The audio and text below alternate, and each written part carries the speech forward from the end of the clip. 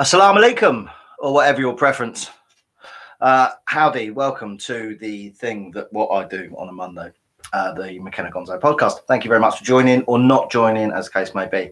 My 11-year-old boy, my second boy, asked me to do today's episode on gods, plural. So shout out to Charlie. He's got his own YouTube channel, Gucci Robot. So give it a look. He's an interesting lad, funny lad. So yeah, give that a go if you can. So gods, plural. Why? I don't know. Didn't ask him.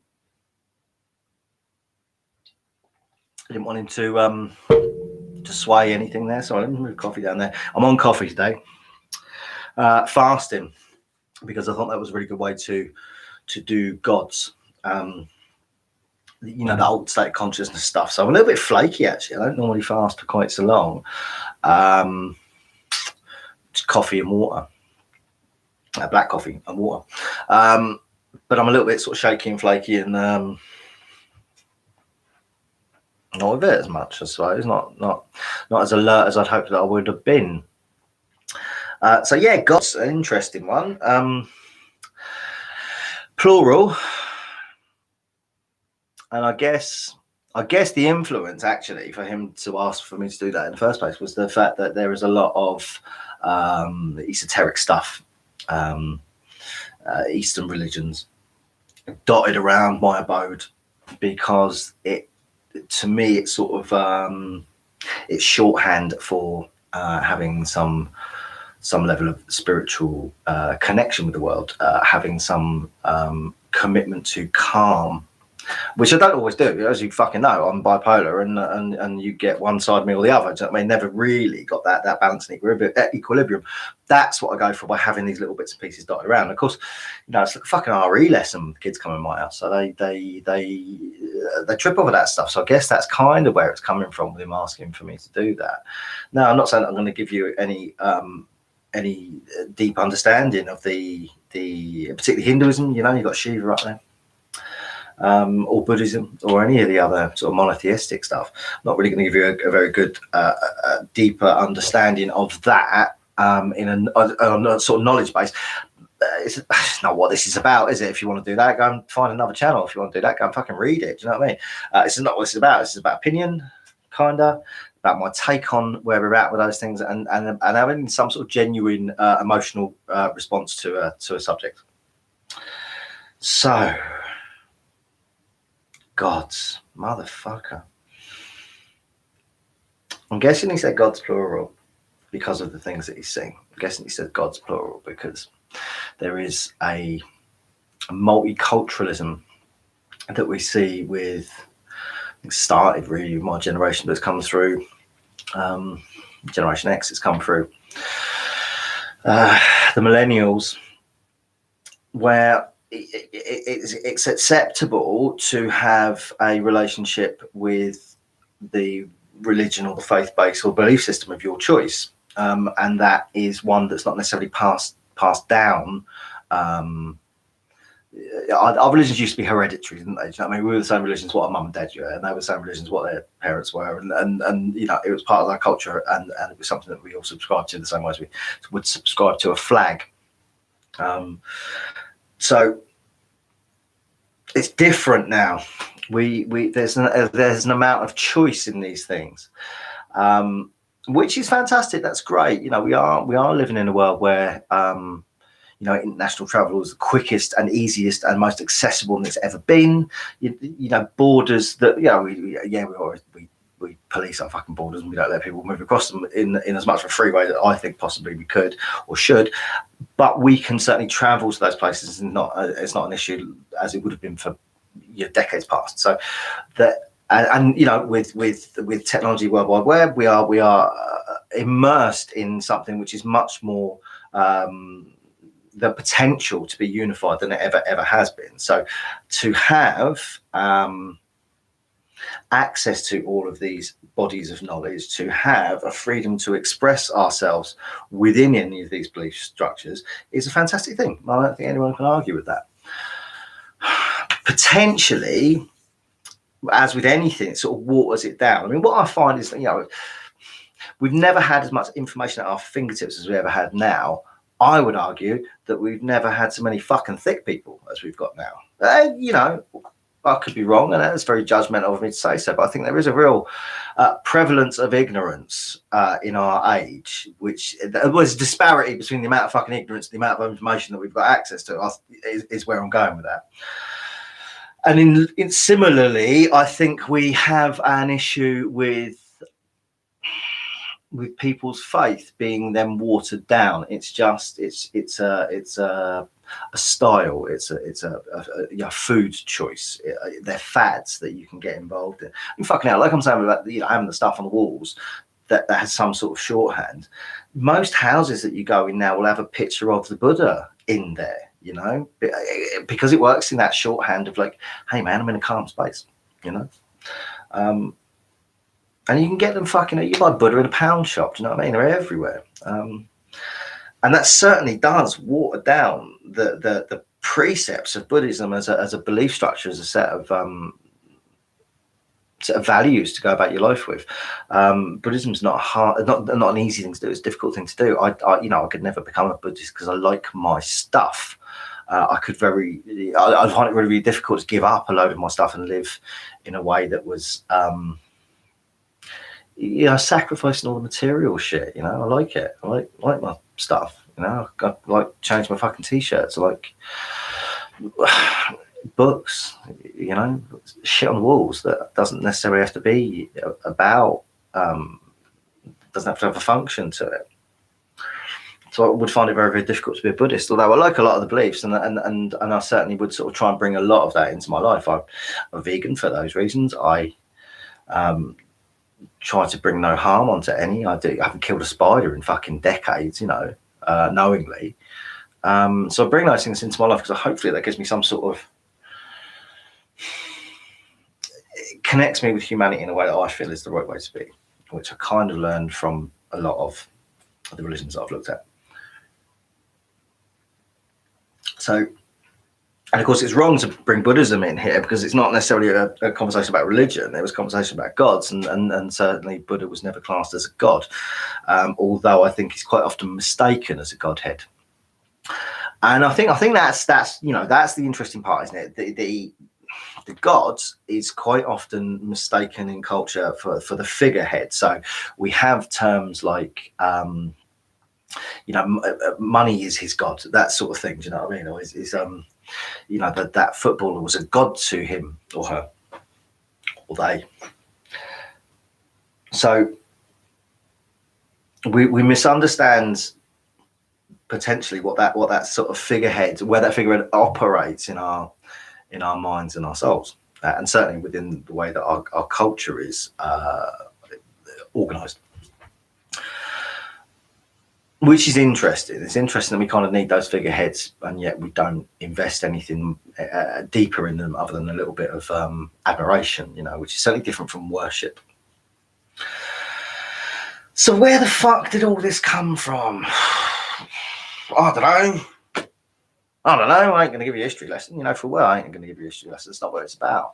I guess for me, the way that I kind of try to understand all of this is look at what we would consider to be some sort of primitivism. So, you know, back when eating, sleeping, shit and fucking was all that was important, and there wasn't culture, there wasn't reading and painting, and you know, and you know, if you were to dance, it would be to express a feeling inside, not necessarily a ritual that signified any deeper meaning. Yeah, which you know, of course, literature and which is very late on the art scale, spoken word, oratory, narratives, storytelling became something which expressed things much more symbolically further down the line, as dance certainly would in ritualistic ways. You know, it's a very primitive. We're very much like animals that have begun to make monosyllabic gestures at one another to communicate things, and that starts from there. And I think that's pretty much where the feeling of where we start to understand gods is. So what do we, in terms of primitive look at the evolution of our species, what the fuck was God all about then? I guess it was about looking at something which is larger than us, something which is beyond us, in a way to help us make sense of something. Okay, so there's two ways of thinking about this now. One of them is that you go down the route that there is something innate in us as energetic entities that is drawn towards a great creator, a meta narrative that gives us, or not gives us, but that we're part of intrinsically, that there's a vibration, there's an energy that runs through everything, and that we are part of that. And at the center of that perhaps is a God figure that all of that emanates from, and we are always attracted to. So that's a route that we can go down. Another route that we can go down is that we look outside ourselves to ascribe meaning to the stuff that is fucking weird, So there's a big ball of light that comes up and then fucks off, and that seems to have some relationship with the energy that we have. So if we, whether we're walking around or we're going to sleep, it affects that. It seems to affect crop growing, and that's a fucking big thing, because that's the kind of shit that we is necessary for us to have. I suppose we're talking further back. I think the first cultures that seem to look as though they look outside of themselves for meaning and attributed something to what we now consider to be a god were foragers and not agricultural communities. So communities that stopped. So the first sort of communities that potentially had gods did look at, they were traveling, they were moving, they were going with the seasons, they were going with things that they would find on the ground, and then a little bit later, so hunter-gatherers is what we're looking at there, people that moved, and it was always argued that they were too primitive, and it wasn't until people sort of settled down and had more time on their hands that they invented gods. We now look at something like Göbekli Tepe, the set of monuments they're finding in Turkey. That was bullshit. That was absolutely bullshit. That these were nomadic people. They were hunter-gatherers. They moved around. They didn't have sort of fixed societies, but they certainly looked to worship something bigger than themselves. So, history archaeology had to sort of revise itself to look at that, and that there was people that were moving around before they'd sort of settled and built farms to feed one another, that were looking outside themselves for some meaning, or were connecting to something that was they were intrinsically part of. And I don't know. There's a psychologist part of me that says that we look outside for meaning, we ascribe meaning to things that we can't make sense of. So we make a narrative of them being, there must be something bigger than us, and there must be some sort of ultimate meaning. Therefore, there's a God that has our purpose at heart. And there's equally a part of me that thinks, nah, man, we're part of the fucking vibration here. It's part of, we're all part of this constant flowing stream of oneness, and all that other subsequent hippie shit that you talk when believing along those lines. So I'm torn as to what it is that we first started to look at. When we go back, we look at, and again, it's not a history lesson. If you want a history lesson, have a look for a historian. I'll just read loads of shit and talk about loads of shit, and then I'll spill that shit to you, and hopefully you think that's interesting and or not.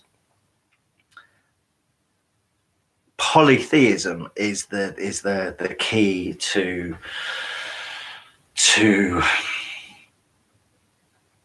the primitive understanding of gods. It is argued. So polytheism is many gods, to the plural. Now, what we seem to have here is that we have gods of sun, gods of moon, gods of tidal movements, gods that affect the abundance of food and or not that we eat. So there are gods that externally directly affect the things that affect our species and its development in its environment. So once we have something that is just about meaning, it's just about explaining shit. So, the god of fucking Rice Krispies brings us Rice Krispies. that makes sense of the stuff that we cannot perhaps understand. You know, why is that big fucking ball of light having such an influence on everything that we think and feel and can do?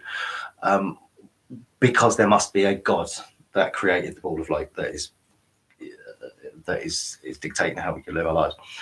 So there's that sort of psychological external meaning shit going down there. But there's also this innate thing. There must be something bigger than us. There must be something bigger than us to do something so humbling as looking up at a big fucking ball of fire that's given us our way of having light. Which is interesting, because this is probably the darkest it's ever been in there. I'm going to need to look at getting some light if I'm going to continue to do this in this way. So there must be something bigger than us to do that, and we feel that innately, potentially, or we map over a psychological understanding that we need to look outside of ourselves to find meaning.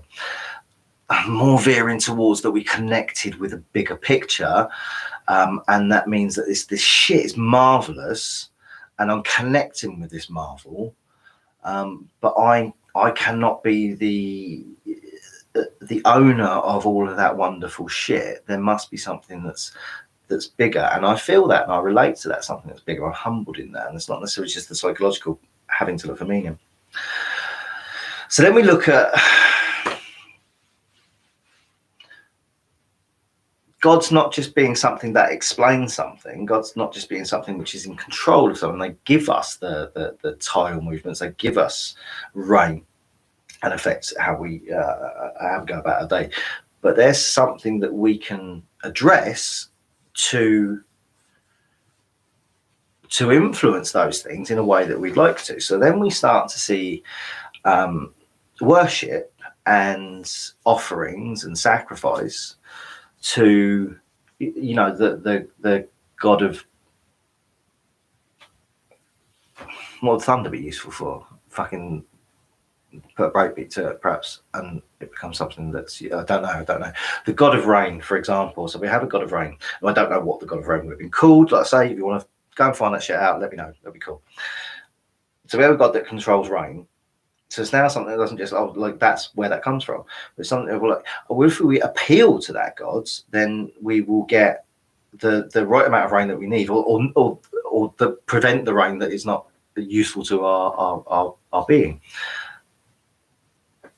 And that becomes kind of different then, doesn't it? It becomes something that's a focus that we can work towards, asking, requesting some input that has an influence over us. So we start to see that in different cultures. We start to see, figureheads of all those different aspects of life that we can begin to build rituals up around. You know, if I dance in a certain way, if I sing in a certain way, then that appeals to that particular God, and that particular God will hear my call and give me something along those lines. And I think we, in secular society, we certainly do those sorts of things, don't we? We there's something innate in us that says about luck, for example, you know. So and you see this certainly with people with OCD. If they don't do something in a certain amount of times, the whole fucking world's going to fall down. And I think, you know, certainly people do things like that. They have a lucky something, or there used to be fucking lucky rabbit's feet and shit like that. When we, you know, were less we're more barbaric in our day-to-day culture, but we have lucky sort of things. You know, I'll flick a coin and make a decision based on that. You know, we attribute some level of influence to something external from ourselves that we put stock in. You know, and it could be all sorts of things. You know. I didn't say I love you before I left the house. Shit, what's going to happen? All that sort of stuff. There's something innate in us, even if we don't have faith, we don't belong to a religion or a belief system, that we have something in us that says that we need to relate to something, to ask for it to do something to us, for us, which is interesting because we all do that to different degrees. I still really are. I guess that's the purpose of a flask. We all do that to various degrees, and we do that across time and across cultures. So that's fascinating when shit like that happens, and it's worth having a look at. So we haven't got loads of gods for different things, and I think, you know, I talk about what we got going on here. We have very complex things. So we have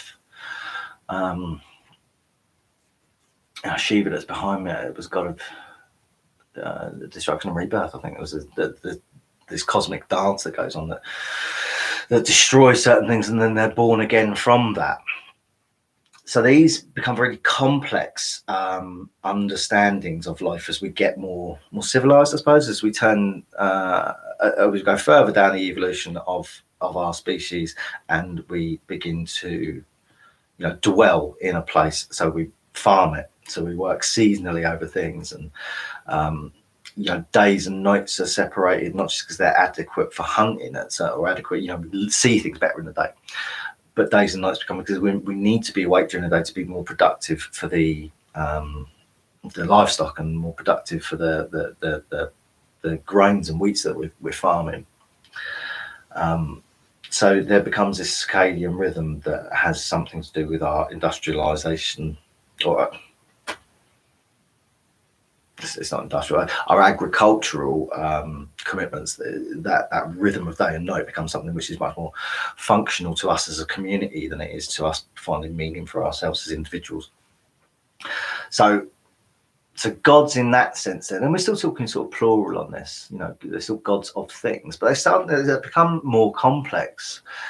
So we have a sense of ourselves, because then we I suppose we relate into a history. You know, we can kind of remember before we lived in huts, and we fucking walked around and slept under trees this season, and slept on the beach that season, and moved with a much more, you know, nature had much more of a control over us. And when we start to become involved in agriculture and settle, we then start to control nature. So that then gives us a greater sense of our purpose, I guess. If that was never there, I'm assuming, gives us a greater sense of our purpose and our dominance over the land, because we then start to control it for our own benefit. So our gods become more complex. They become something that you know, there's a sense of history, so we remember before we were doing that, so that we know that the gods must have predated us in time, because they created all this for us. So, you know, if they could, so a passage of time suddenly becomes something that we were really interested in, because our lives are dependent on those rhythms. So we start to understand time in very, very different ways when we settle. So if a god predated time, then there is a concept of a god in the future that can influence things a little bit further down the line. So gods become something that are outside of our experience of the journey through life as well. So they, like I said, they become more complex. So we have then creator gods that pull things out of nothing to make the world that we live in now. So that, you know, rather than just there must be something that's behind that sun, there must be something that's behind the way the ocean works. You know, there must be something that makes abundance in a certain animal at a certain time. There is something that actually creates joy. There's something that creates chaos. There's something that creates sexual attraction, you know. So the gods become much more complex. I'm gonna give my fucking take on up and down and heaven and hell, and that linear sort of narrative. And there is some stuff going back to sort of the pre-enlightenment times, like romantic era, but I can't think of it. Pre fucking enlightenment anyway. That gave an upward trajectory to how we. So there's always like a step ladder of morals and behavior, that if we achieved each one, we would get a little bit closer to God up there. And you know, those sort of images of heaven up there and earth down there, I think become much more ingrained in Western understandings as how religion is played out. Interestingly, you know, Jesus, he's my dude, man. I'm a Christian. I just don't like other Christians, so I don't tend to do the whole church thing. The way I go about my life is how I do my church. Jesus is the man, and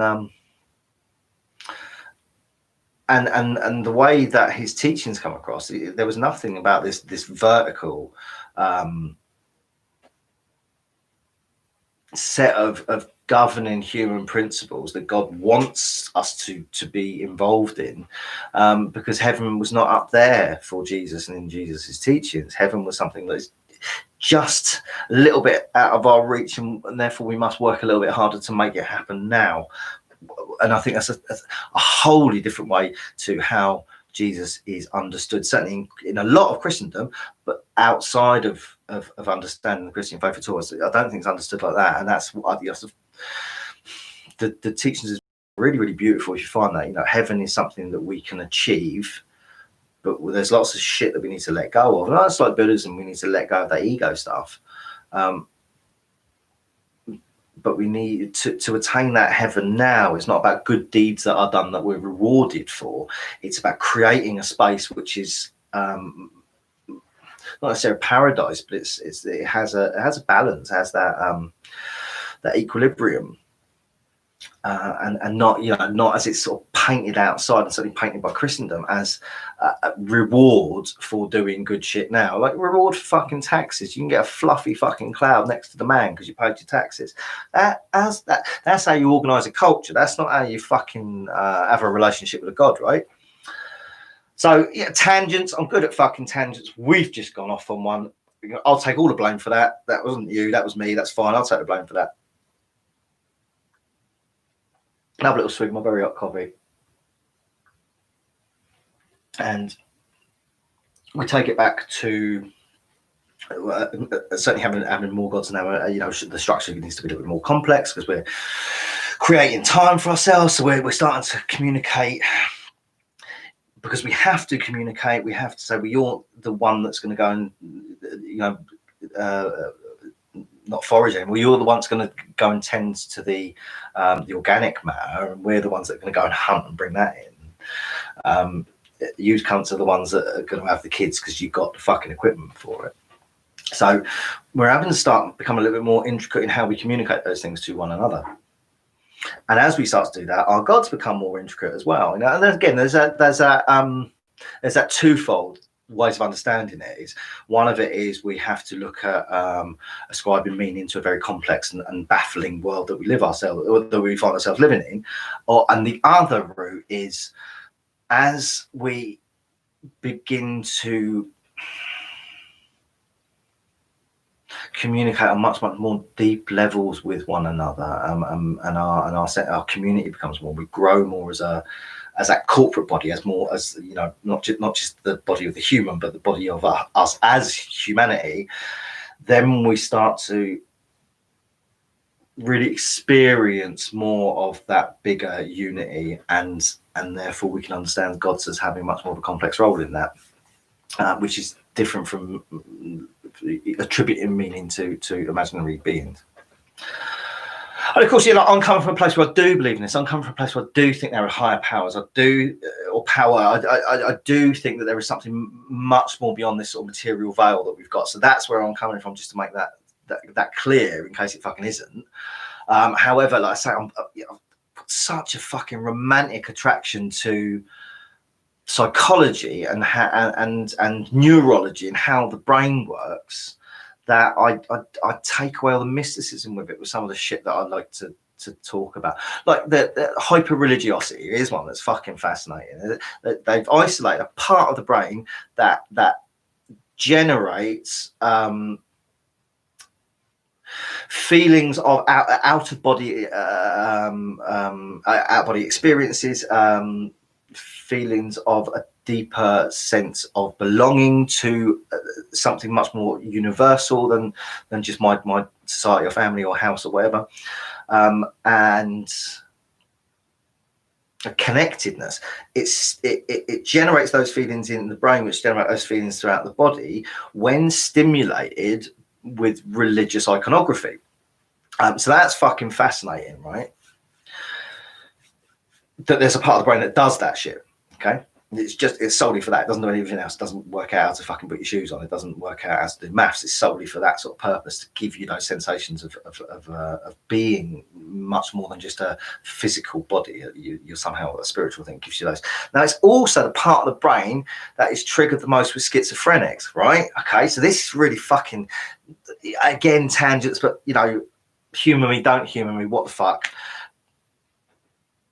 Schizophrenia, it's a very serious medical disorder. I'm not taking anything away from that at all. People that I've known that have had schizophrenics in their life have not been happy with people. You know, it does really sort of impact in a very negative and destructive way, and can to the individual that's suffering it. But I wonder whether our things like our mystics and our seers and our witch doctors, you know, the people that were on the fringes of our community, that we could go to impart some sort of greater wisdom, that were praised for imagining, were praised for the dreams that they can, you know, the dream interpretation is a whole nother fucking ballgame, you know, bringing things down from the ether. That's what I'm talking about. It was gravity, wasn't it? Essentially, I'll come back to it. So these guys that were, and girls that were on the edges, although it was largely fucking males that took that role, I suppose, because males,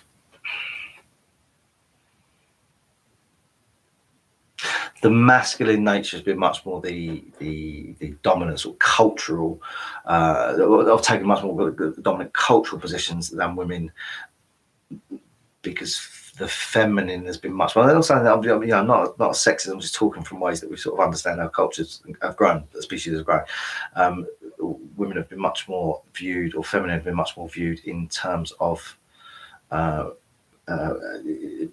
progeny that are perpetuating the species, whereas the sort of guidance, if you like, of that species has been much more the male domain. You know, because for 9 months, guys are not doing anything other than keeping shit together. Women are having to protect something which is growing inside of them, and then you know, humans as a species, we nurture our young humans for much longer than any other animal does. You know, birds have been pushed out the fucking nest. You are pressed to push like kids out of the nest down to the fucking mid-20s, like, you know what I mean? So that's always been in the domain of the woman to nurture, or the feminine to nurture. So the masculine has been more on the guidance of how culture has developed. Yeah, rightly or wrongly, it's just how it is. Yeah. So you know, the seers and the mystics have much more commonly been the blokes, but not always. There was the oracle in Delphina, it was in Greek mythology, that was women. You know, the witches in the Scottish play. So it's not exclusively, but more often than not. But I wonder whether that accessing that type of part of the brain, which is so off key with how we run a society, is something that we've just bred out of our to have a society. We don't want people imagining fucking weird shit. We don't want people telling us what unbelievable and unfathomable dreams that they're having, because it doesn't fit in with our get up and go to fucking work. Yeah.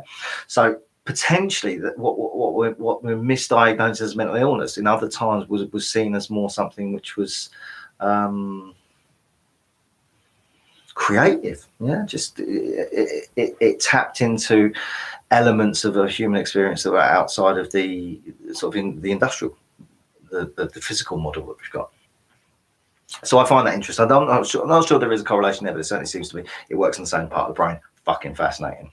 So the up down shit, I was going, and I went off on a tangent and forgot. I wonder somehow whether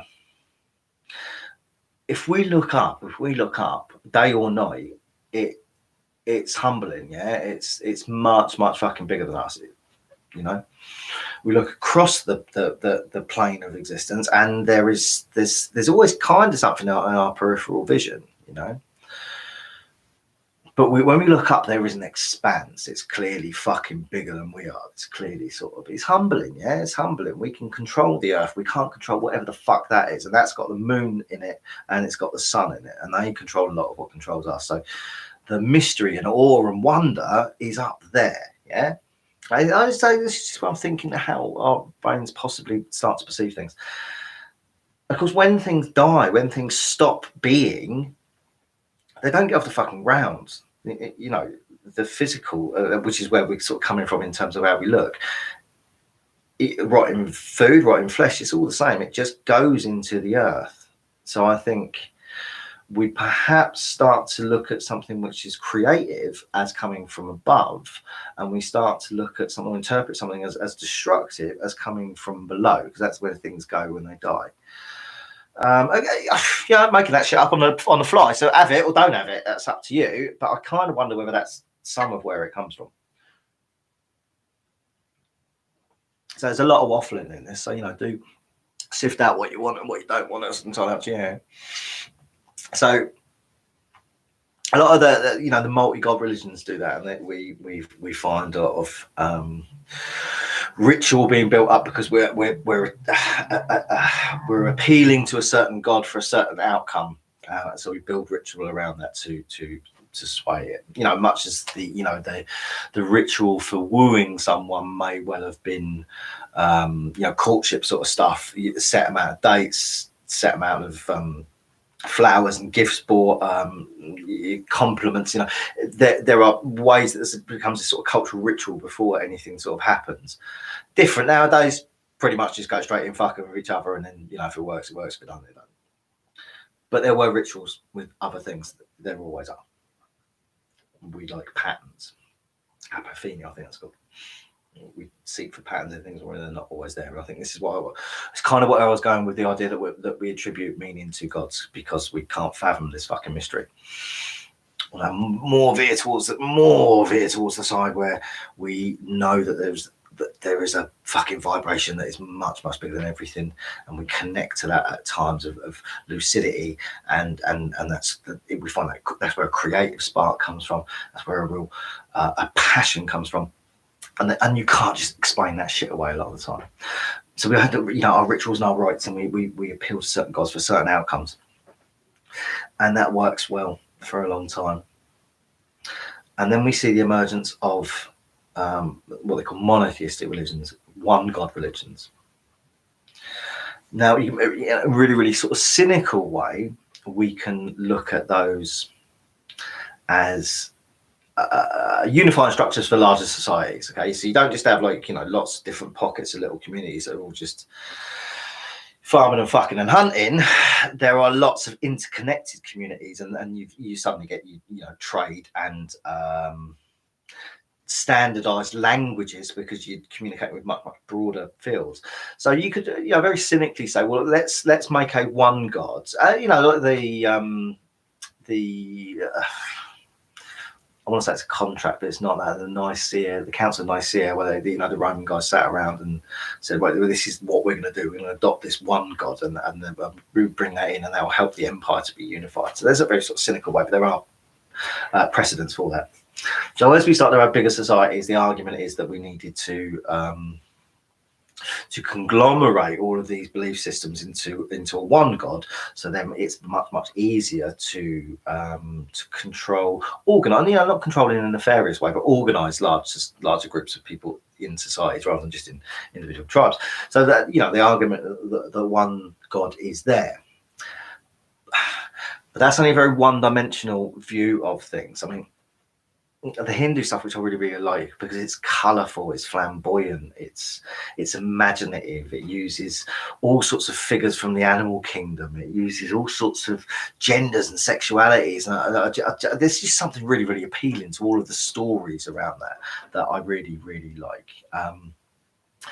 One of the things that when I was looking at it is, even though that will be what would be considered a polytheistic religion, because there's lots and lots of gods within that structure, that areas of, and it's largely practiced in India, but areas of India almost have their own localized gods, right? Okay, which is it's quite fascinating in terms of what we were just talking about as controlling large areas. Because there is a real relationship with them, So like we were saying, that there are gods that influence running water, there are gods that influence plumbing, in some other area that wouldn't be quite as necessary. Probably live by the sea, perhaps, so it wouldn't be quite as necessary, because access to water was more, there was better access. So the gods that were sort of picked and chosen had more relevance to the area. So there was a relationship between God and groups. to make that difference. So we understand that as like a polytheistic way of viewing a religion. But when I was looking at it, it's just got a slightly different way of looking at it from our very sort of dualistic, it's either on or off or black or white or in or out Western way of looking at things, as in that it has multiple meanings at any given time. Now the triptych of Father, Son, and Holy Ghost does that, but it's really, really convoluted and really difficult to really get a Western mind around. That can be both here and not here. It can be both on and off at the same time. A non-dualistic belief system is not one that fits well with the West. Schrodinger's cat, it's either poisoned or not poisoned until we relate to it. It's the closest we've got in sort of Western science to understanding or communicating what non-dualistic might be. So Hinduism is polytheistic. There are many, many gods, but it does come under the one Godhead of Brahma, which it's like the CEO of the gods, if you want, for a really tacky, shitty way of putting that across. There is a Godhead, even though all these different arms, all these different branches influence and control different things in their way. They are ultimately come from a one central point, which of course is what our Judaism, Christianity, and Islam are all really big proponents of, is that one God worldview. Now, I'm not necessarily dismissive of that in the ways that we had to have a unifying figure, so we have to have a president or a prime minister, we have to have a managing director, I'm not being wholly dismissive of that for that reason, although I do think there is a connection with how to organise and control society. I think hot coffee, therefore I am. I think that what we see is a relationship beginning to develop where there is a something which unifies all of our experiences. So our loves and our lusts and our digestive systems and the weather systems. There is something that actually controls all of that in its own way. And that becomes much more prevalent as we become international, if you like. So in as much as when I was starting this, I was saying that sort of, connectedness of all around the world and the internet and travel, that has had the unfortunate flip side of watering things down. I think when we first started to become large areas that moved ideas through the world, that A, it was handy to have that, but B, having one unified force that governed every part of it, of our experience, I guess becomes something which is much more palatable, much more in keeping with there is something bigger than us, and it's as responsible for our being here as it is for that rock, that tree, that bonobo monkey.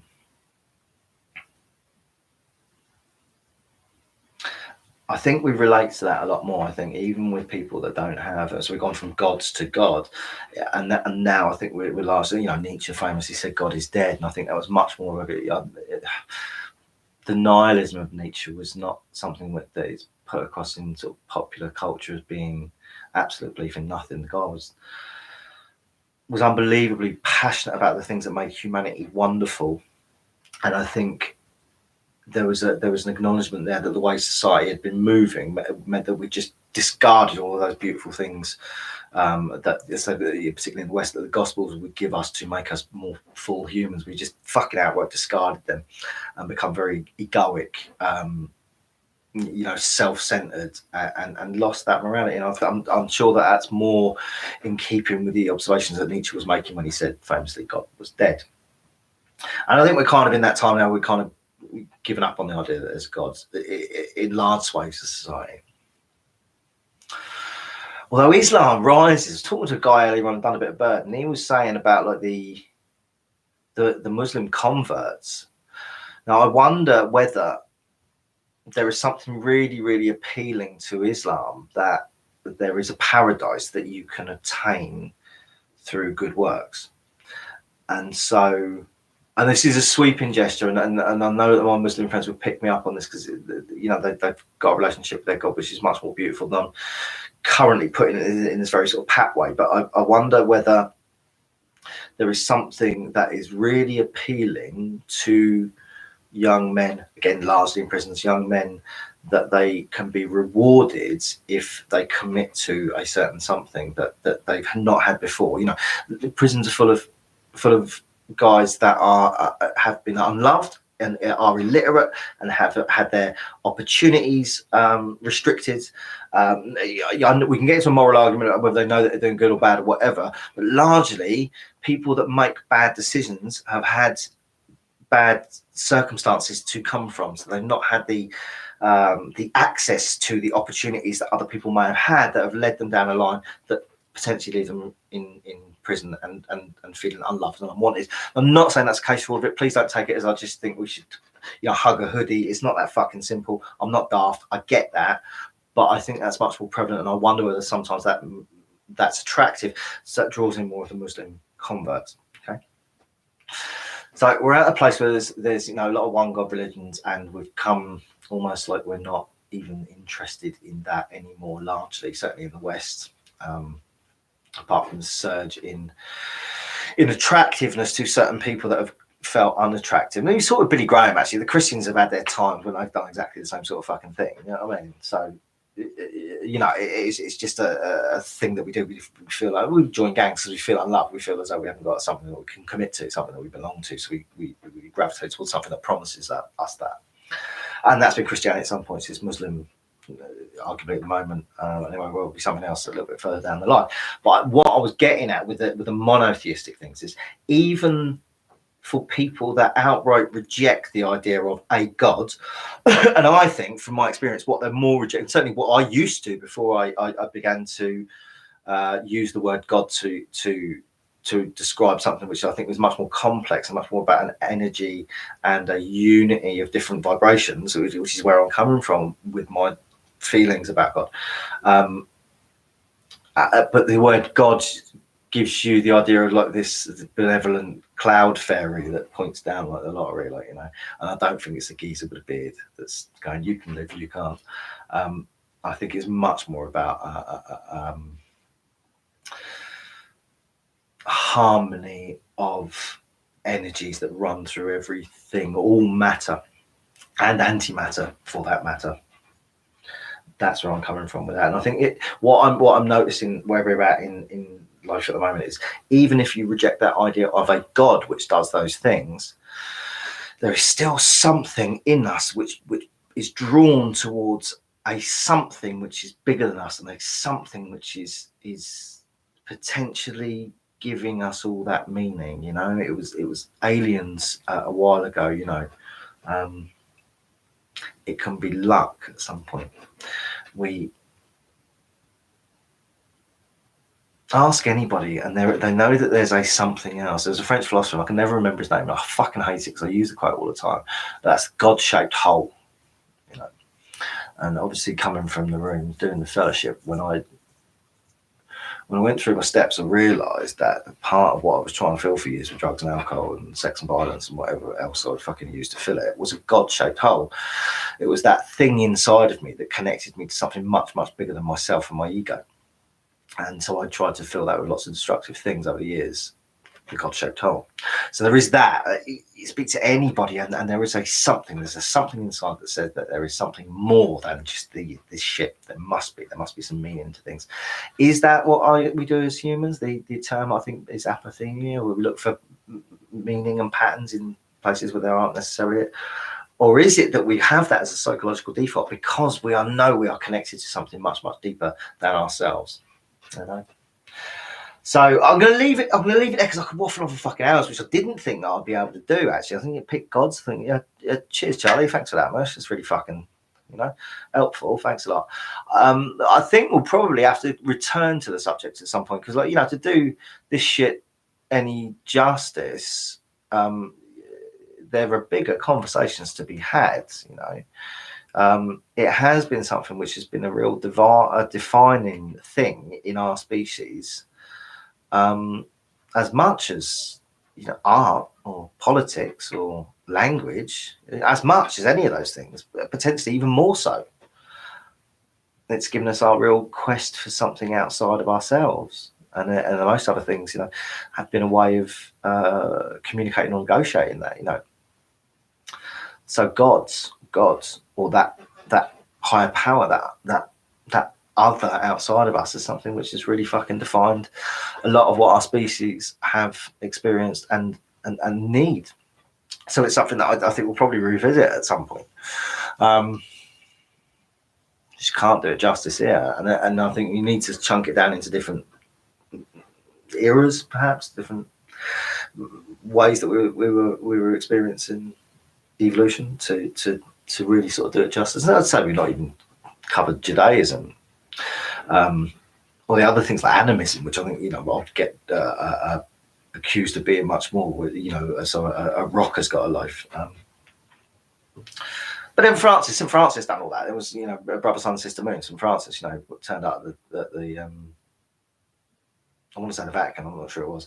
Yeah, it turned out a hierarchical place in Christendom. Start bullet naked, because it's, you know, he was at one with the birds. He was at one with nature. You know, the church that he built, he would pick because the rocks were speaking to us. There's a bit of sort of animism there with the workings of St. Francis. That are very much in line with how I go about it and how I understand the spiritual world, if you like. And of course, spirituality is something which is another area of discussion in and of itself. But we won't do all of that here, because like I say, we're going to be here fucking forever if we do that. And I ain't that fucking fascinating. I'll get bored of my own voice too, so I ain't going to go on forever. But we will come back to it, I'm sure. As ever, if there's anything you want to hear me talk about, or if you want me to shut up, let me know. Drop a comment on there, or get in touch with me direct. You know, let me know. For those of you that do tune in, thank you fucking very much. It's not necessarily the reason I do it, but it's lovely to know that you're sort of connecting with people, and hopefully it makes a difference. It's the main difference to me. I feel like there's me outside of being a dad. There's me outside of the food bank projects. It gives me a little bit of me back. Do you know what I mean? I'm not in relationships. We have friendships, but there's very much. I don't know. This allows me to explore me and experience the person that I believe that I am in a way that I don't get the opportunity to in other aspects of life. So even if no one is listening, just the opportunity to do that is fucking fantastic. So yeah, if you want anything, let me know. If you don't want anything, keep that to yourself. Bit fucking rude. No. Let me know that as well. That's all cool. And I will see you next week. We've done 10 episodes. That's pretty cool, isn't it? You know, that's not bad, is it? Do you know what I mean? No one's died. It's been all right. Well, no one's died as directly related to this podcast. So. Number 10, absolutely stunning. Thank you very much for all your support along the way. We're back next week with another thrilling episode in the experiences of McKenna's fucking not always together mind. I'm not sure what it's going to be. Fucking make it up as we go along, don't we? Have a good one. Don't get caught if you're not going to do something which is wholly fucking legal. But always be moral with it. Don't fucking hurt no one else in how you're doing it. You know, that shit ain't cool. Don't do that. But, you know, God bless. Keep it real. Keep it tidy. Keep it clean. And have a good one. We're fucking not here for a long time. So have a good time, yeah? All right. Ta-da. God bless. Bye-bye.